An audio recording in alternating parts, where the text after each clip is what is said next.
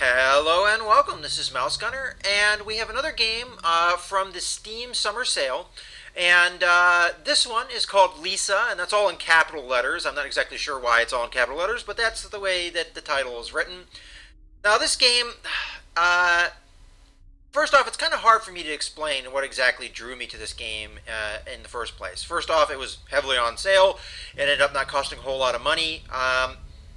I believe it is a game made in RPG Maker. At least that's what the tag said. But I'm familiar with more, the over the over top kind of view for RPG Maker. And if this is an RPG Maker game, it was done very well. But this game draws a lot of inspiration from the original Earthbound series. Now, this again isn't that over the top view, kind of like what you got in the original Earthbound. This is actually a side scroll, and it's probably better if I get into the game and kind of discuss it from there. So I'm going to go ahead and pick my save file, which is right here. Now, as I said, this is very much a old school RPG in the vein of Earthbound, so it's kind of got that weird style to it. And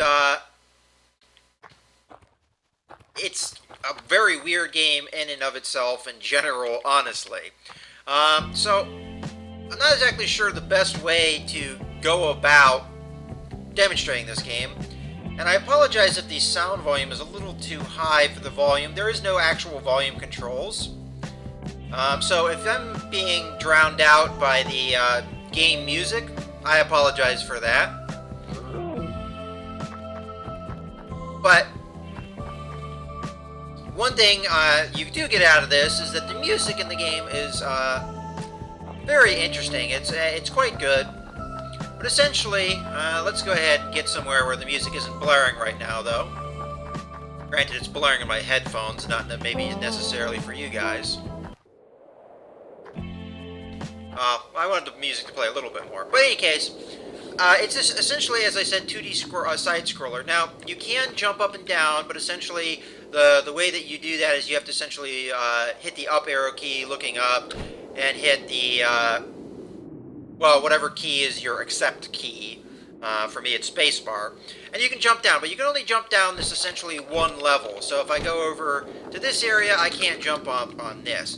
But it is important to know that you can fall off of ledges that are higher than that. So I can demonstrate that now. So as I walk off, I fall off. If I fall high enough, it will do damage to me.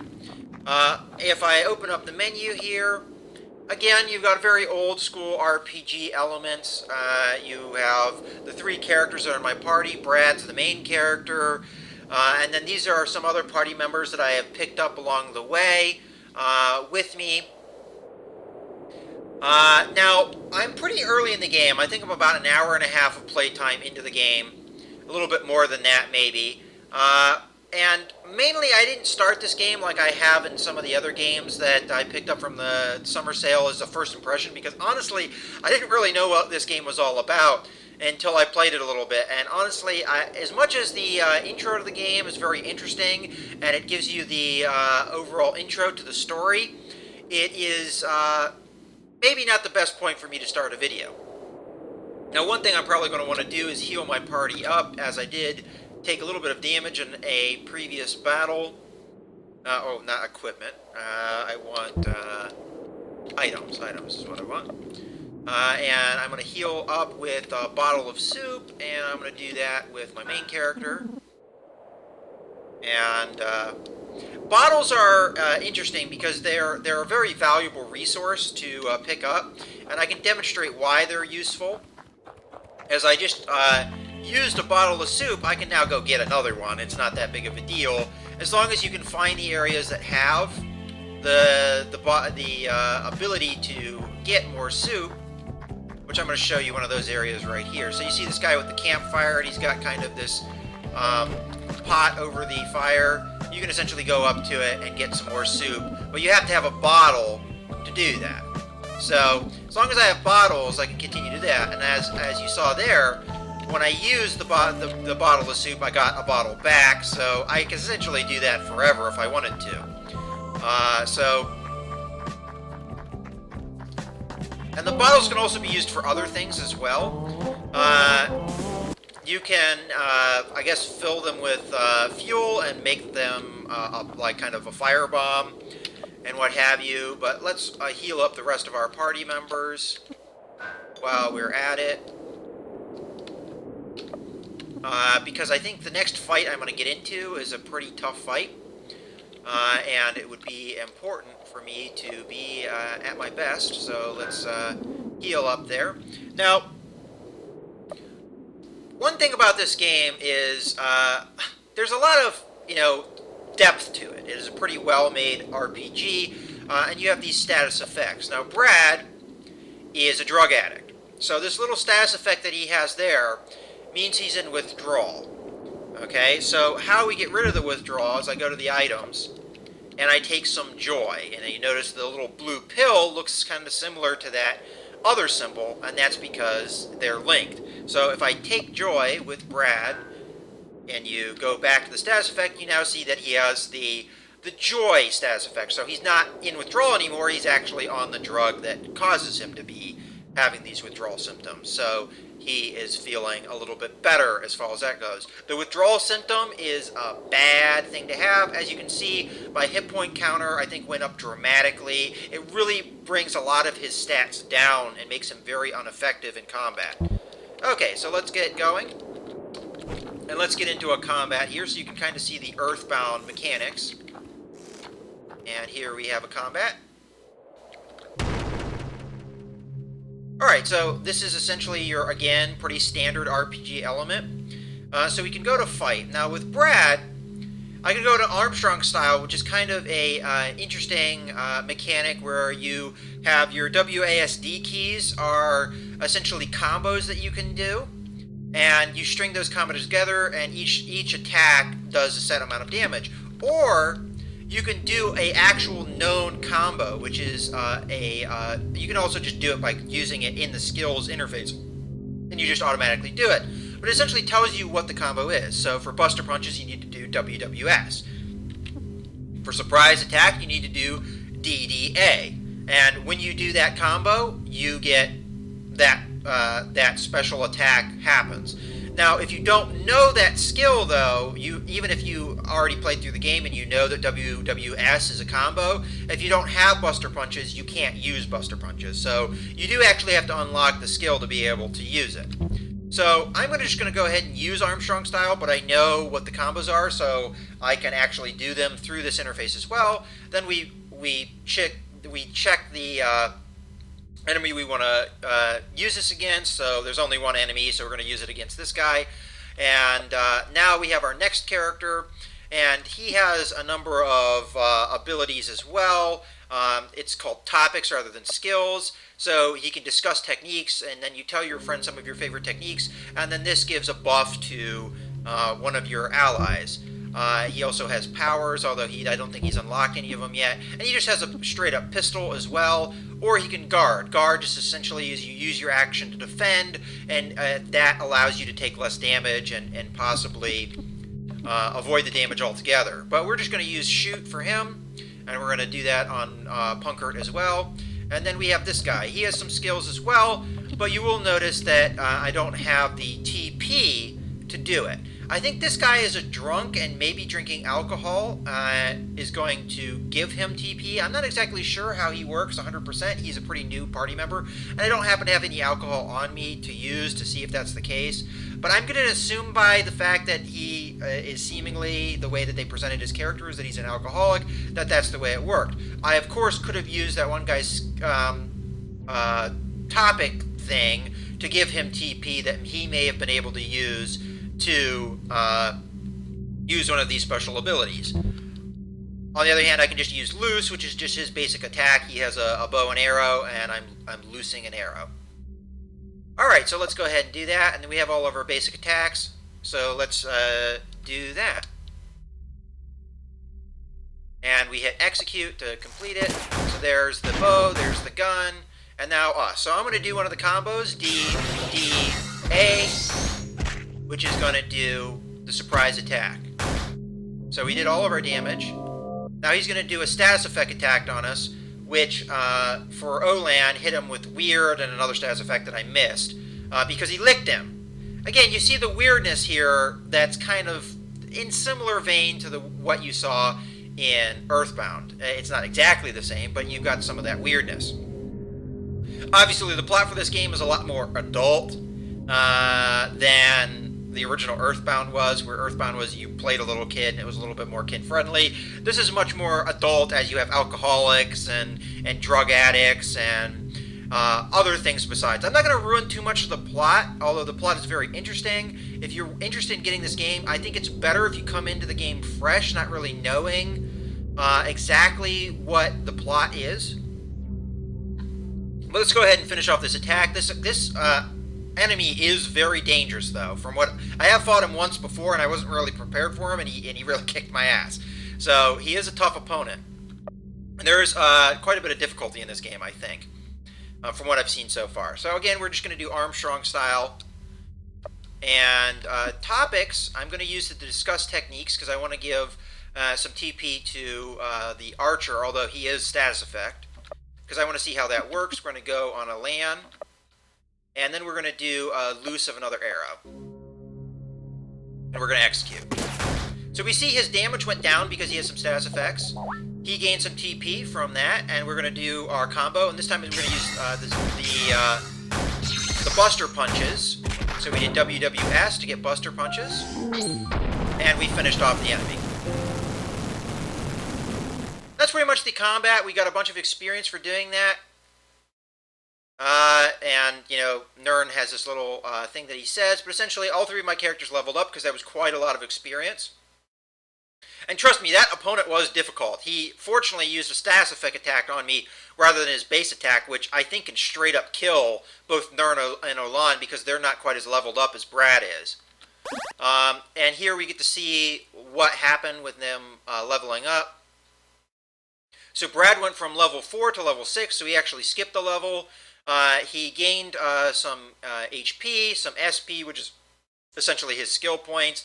His attack went up, his defense went up. A lot of the stats that you see in a lot of these RPGs, and they all went up because he leveled up. And he also gained a couple skills. He gained Dropkick and Fireball, and those are one of those things that I'm just going to have to kind of figure out how those work as they go. And there's a lot of trial and error with this game, and kind of just figuring things out as you go.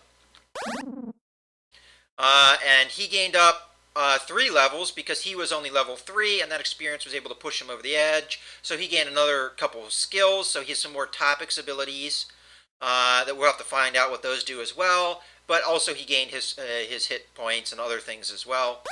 And then finally we have Olan. He gains another skill, and he also went up 3 levels, and so on. Mags are essentially your currency, which mags are short for magazines. So the people in this universe use magazines as a currency. We also gain a couple joy, it looks like. And that's about it. That's all we picked up from that. So we didn't get any currency, but we gained joy. Alright, and there's that guy defeated. But because he's defeated, we can now get behind him and pick this up. And we found a trash bag shawl, which is an item we can go now, I think, equip to Nern, I think, wears shawls. So he has a dainty shawl, so we can change that to the trash bag shawl.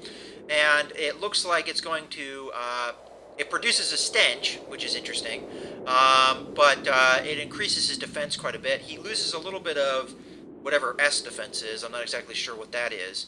But he also gains agility. So we're going to go ahead and give that to him because it really increases his defense. I'm not sure exactly what the produces stench effect is, whether or not that's a bad thing for him or a good thing for him. We'll have to kind of find out. And again, that's where the trial and error kind of stuff goes in. And it looks like our status effect is still affecting Olan. He is, fortunately, you can't really see what the static effect is, I don't think. That's one of those things that they give you one opportunity to learn what the status effects are, and that's it. So you have to memorize what those symbols more. I think that means that he's afraid, but I could be wrong on that.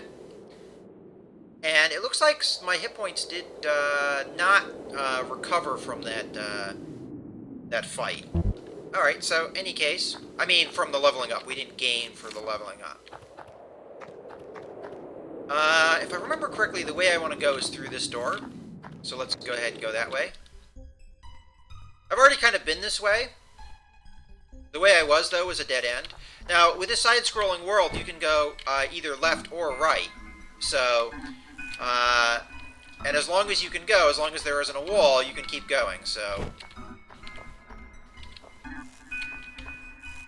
it's kind of one of those game worlds where you have to keep your eye out for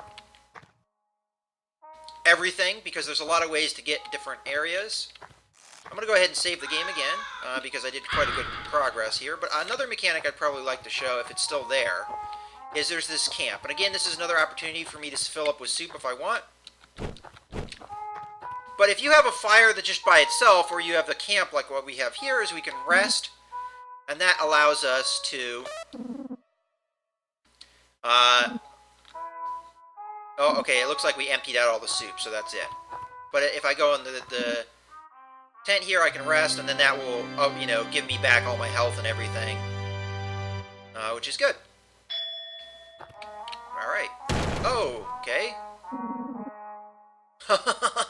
I wasn't expecting that, so you get to see some of the things that can happen to you. Alright, my SP was decreased. Your luck has decreased. Alright, that looks like that was just a permanent thing that happened. Now, that was something that it warned me against, that resting at camps could leave you vulnerable to attack. So, I'm assuming that was a permanent stat debuff that happened there. If I go to my, is it status, maybe?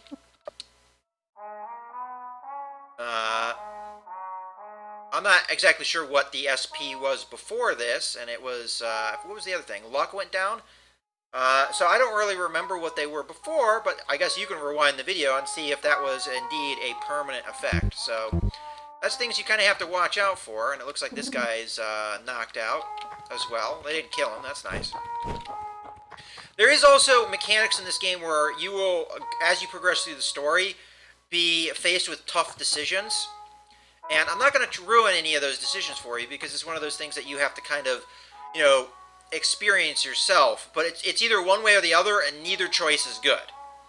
So you will encounter things like that. So that's kind of the way that this game goes, and it is rough. So the question that we have there, was it worth me,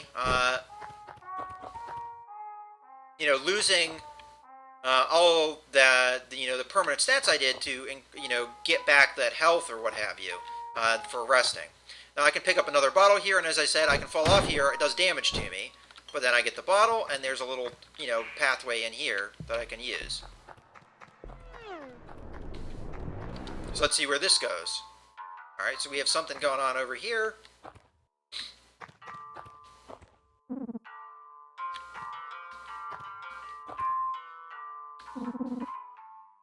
Tommy, you don't play with matches. How do you even get those, sport? Give them to...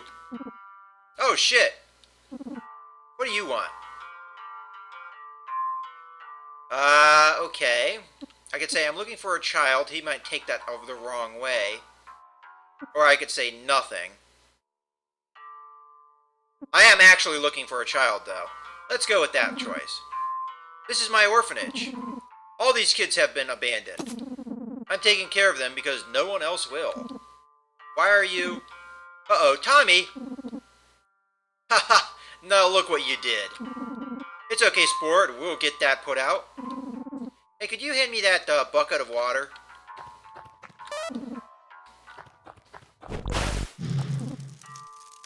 You fool! Not that bucket! That was my gasoline bucket! That bucket! Get that bucket of water, quick! Alright, so you see some of the weirdness in this game.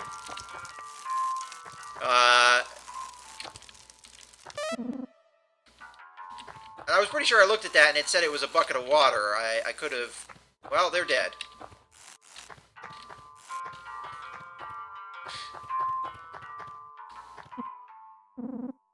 too late. This is the second most tragic thing to happen in my life.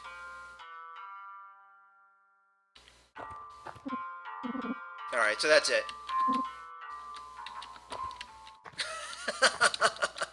Alright, so, watch out for that if you play this game.